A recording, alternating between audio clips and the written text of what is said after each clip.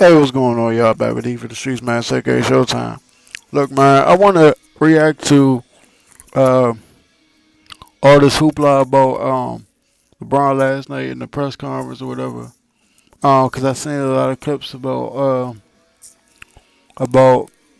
his reaction to some questions that the reporters was asking him last night.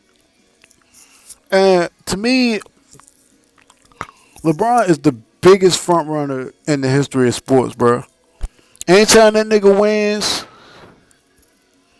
anytime that nigga wins, he always he always happy and he joyful and he's smiling and he laughing it up with Kevin Love and Kyrie in the press conference, Jr. Richard Jefferson, all them dudes, all his little boys and shit from the team and shit. You know what I'm saying? Cracking jokes with Tyronn Lue in the press conference. But when he lose, he sit up there and act like a bitter, pampered, spoiled little bitch, man. And like I said, man, I don't hate this dude personally, bro. But I done seen memes, I done seen posts, I done seen motherfuckers on the comment section defending this dude. And some people on TV that was defending this dude like, dude, like, you can't act like that in the press conference, bro. If y'all motherfuckers would sat up there and killed Cam Newton 2 years ago when he did what he did in that press conference, and yeah, I wouldn't have done it. I mean, to me, same thing with Cam. Like, and Cam had a history of that shit too. Even before the Super Bowl, he had a history of power this shit press conference. Like, dog, you gotta suck it up when you lose. I mean, we all hate to lose. I really hate to lose. But if I gotta take a L, you know what I'm saying? I'm gonna take a L and bounce back. That's what you do as a man, bro. Like, that's what you do as a professional, bro. Any profession, not even sports, bro. Just in the professional world, period. When you fuck up at a job or you fuck up at something that you want to do, whether starting out or even if you got experience doing it, like LeBron got or Cam got, or even Richard Sherman, who they was talking about how he was being divisive towards Pete Carroll and Russell Wilson and all those guys because he cost them a championship. And yeah, he cost them a fucking championship. So I can defend Richard Sherman on that to a certain extent, but at a certain extent, bro, you gotta let this shit go. All them defensive guys gotta let this shit go. And LeBron gotta let these 2 losses go. He gotta go back, regroup, and find his stride, find his swagger, find his motherfucking mojo. And also, nigga, be aggressive early in the fucking game, dog. Like I said, this is why I call him the biggest front runner in sports, bro. You never seen Kobe defer to a motherfucker. I mean, look, you can say what you want about him and Shaq, who was the man on the Lakers team. But let me tell you something. Even though Kobe knew he needed Shaq, Shaq damn sure knew he needed Kobe. So whenever he knew he had to get on the ball, he gave him the goddamn ball. And he said, look, nigga, shoot us out of this shit. Because I'm in foul trouble, or, you know what I'm saying, or I got a technical, you know what I'm saying, I got to sit for a couple minutes, you know what I'm saying. Phil sat that big ass nigga down and said, Kobe, get us out of that shit. In that game, I think it was the game 4, in that second finals they won against Indiana. Shaq was in foul trouble most of that game, or at least most of that third and fourth quarter. Kobe shot him out of that shit and got them that lead, bro. And they never looked back after that. It was either game 4 or game 5, because I remember they beat them in like 5 games and shit.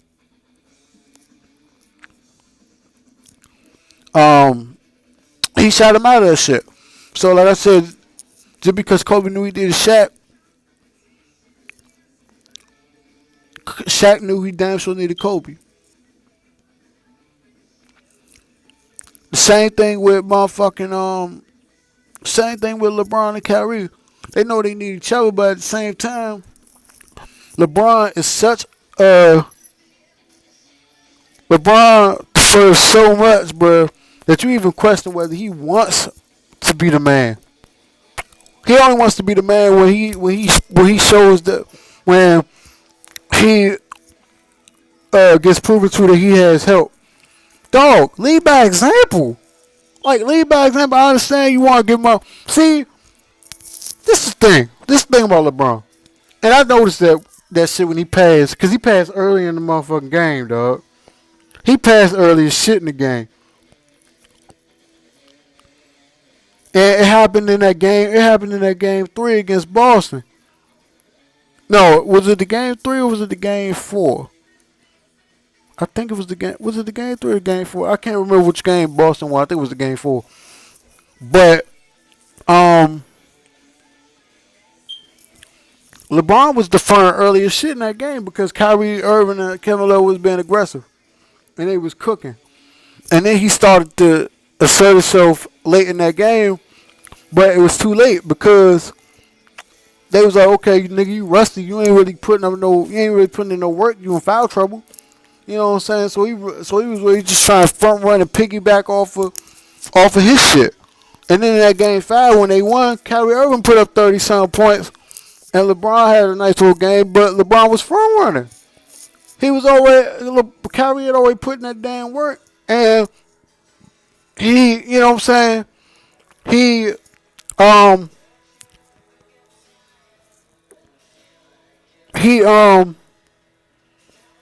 started being aggressive because he knew Kyrie was the one getting on the ropes. He was just the one looking for that knockout. It's like when you got a project and shit in school and you only do like 25% of the work or like 10% of the work. Nigga, you still getting the grade and shit on like a group project. I know motherfuckers like that used to do that shit in high school, bro. I used to do it sometimes. I'm not even gonna fake. But it's like that. When you got a project and shit and you supposed to be working together, nigga, you only doing like 10% of the work. And it's like 4 of you. You supposed to be doing 25% of the work. 25, 50, 75, 100. You all getting that grade. But you only doing the bare minimum and shit. And you looking for the knockout punch when your man over there got your opponent wobbly and shit and got his legs stumbling. Get the fuck out of here, man. It's the problem I have with LeBron, bro. He always doing that type of shit. LeBron the biggest front runner in fucking sports, bro. Can't nobody compare this nigga to Kobe or Jordan to me, man. And I seen Jordan play. Shit, I seen Jordan play with the motherfucking Wizards. And yeah, they was young and they really had no real proven talent like that. I mean, except for Rip Hamilton, but they didn't know what he was really going to become at that point. They didn't know, so they let him go.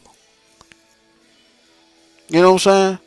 Same thing they did with Ben Wallace, which was, you know, back then the Wizards had motherfucking they had a history of doing shit like that. But then again, they quit. Then again, they kept Kwame bum ass. I mean, I don't understand that. But Jordan back then was the man for the Wizards, and that nigga was like 39 and 40 in those 2 seasons, putting up 45-point games and shit against Cleveland, and 55 points against Charlotte, and 40 against Dallas, and you know what I'm saying. Had decent, respectable games against Chicago when he would go back. But he was the man. Kobe was the man in L.A. For Shaq. Even after them 3 titles. That 2002, man, go back and look at them last 2. Go back and look at them that New Jersey Nets series when like I said, Shaq won 3 Finals MVPs. All the championships that he won with Kobe, he won all 3 of them MVPs. But go back and look at what Kobe was doing in them 3 series, bro. He was dogging niggas. He dogged Allen Iverson. He dogged George Lynch. He dogged Eric Snow. He dogged Reggie Miller. He dogged Jalen Rose. He dogged Mark Jackson. He dogged Jason Kidd. He dogged Curry Kittles. That nigga was a fucking animal. Jordan pretty much dominated damn near everybody he played against in the NBA Finals, with maybe the exception of Utah, because Utah games from go. Them last 2 championships that he won. But other than that, that nigga was fucking people up.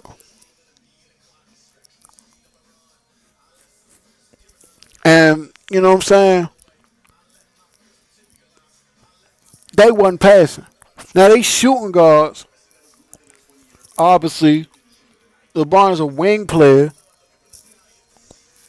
so kind of the role of the wing player is kind of like to be kind of like an all around type of dude, which LeBron is. But most wing players, they spot up from the 3 point line because they on the wings. They post up when they need to.